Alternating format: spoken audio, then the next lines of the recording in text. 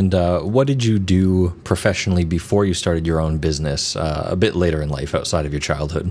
I never had a job. Other than when I was 16, my aunt worked at a McLean Hunter, which was a bindery, and I drove the forklift. But that didn't last long because I was putting guys in the cage and lifting them up and shaking them, and I was a liability. But to mention what I did professionally, I started a courier company in 1998. It was called Wild Wing Express, and I had an idea to do this thing with flavored chicken wings. So that was kind of my first foray into business, and it was weird because all the little guys would pay me, but then when I had a big bill, they couldn't pay me, and you'd be driving sometimes half a day, and then you can't get your money. I'm like, why am I even in this business? Where, when these big companies can't pay you. So then, that's how it was. I had $100 left in that failed business account. I found out I was going to be a dad, and I'm like, okay, I'm in business. Like, what do I do now? Okay, I'm going to have a kid, so I can't make it when people aren't paying me the bills, so I got to get into a cash business. So it ended up, I'm like, okay, now how do I get the money? I was still running numbers. I was still making $10, $12, $100 a week just to live and pay bills, but it wasn't enough. It's never enough. I read a book. It was called Dave's Way. Dave Thomas founded Wendy's based on his daughter, and she's the logo. So I remember reading in the book that Dave Thomas says there's always opportunity around you. You just got to look.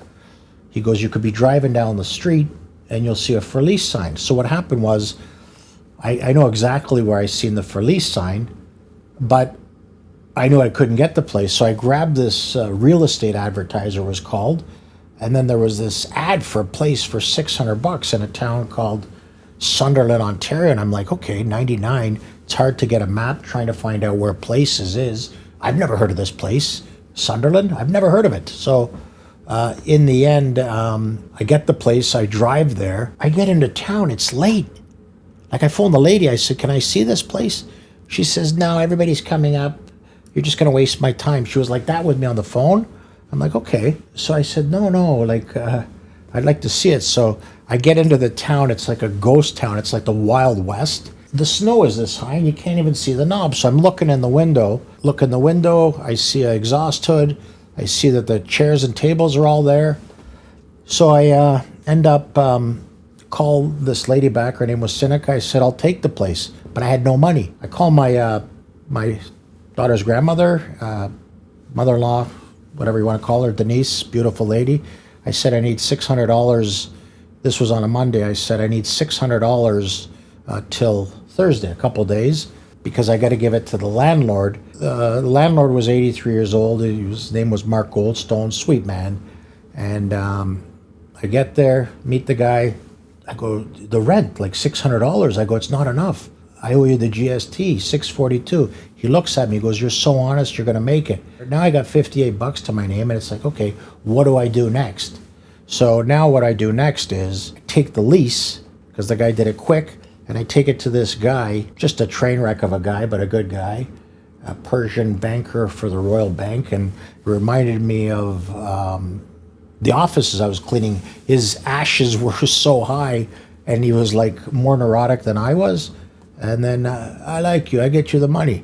So whatever, he gets me this $15,000 line of credit, and I have $15,000, and I had a bit of money, like I said, coming in, and that kept me going for a bit.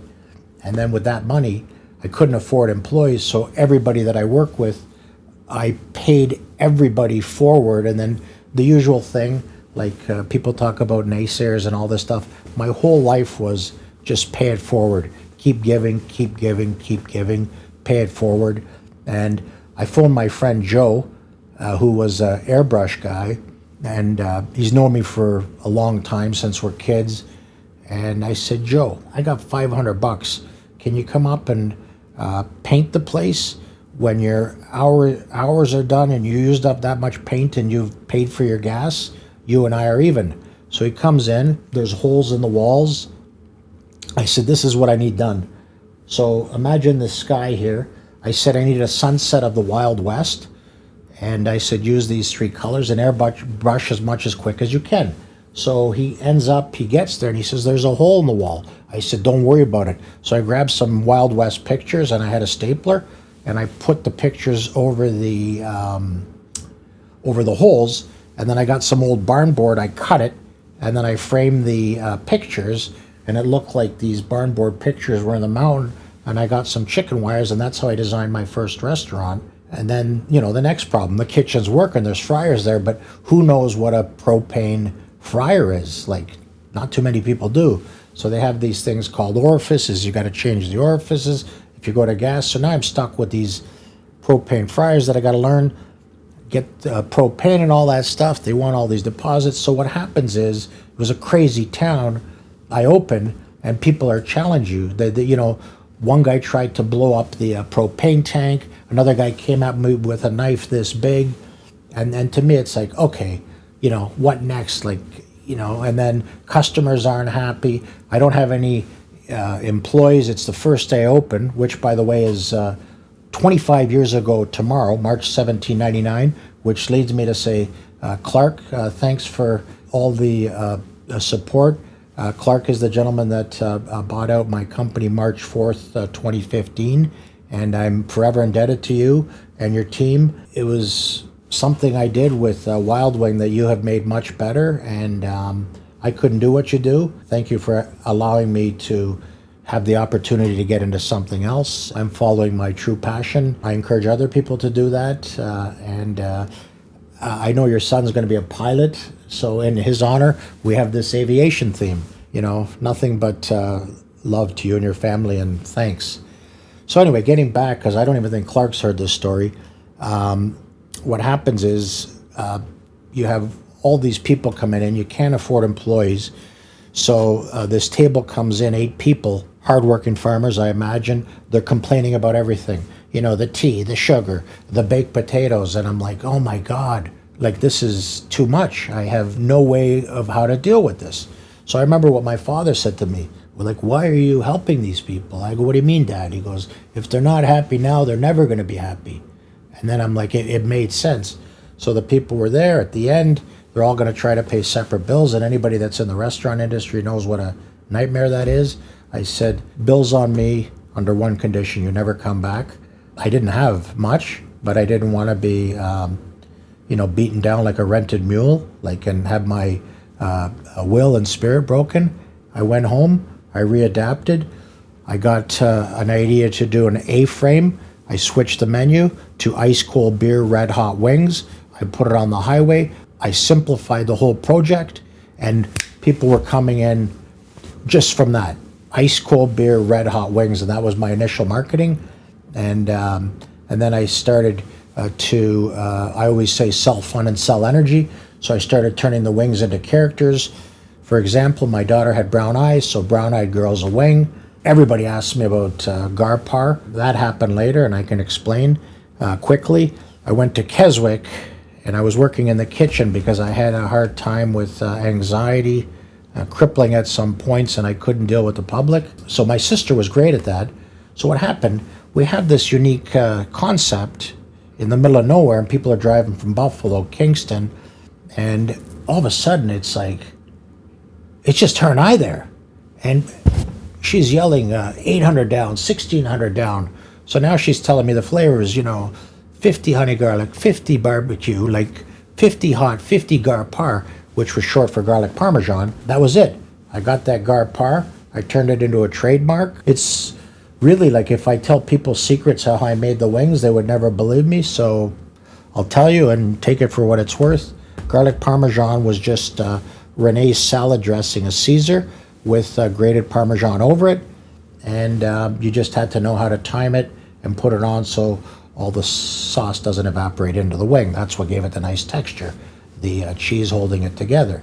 And then the wing was actually done. It doesn't matter now. I'm not telling any trade secrets because they're already pre-done.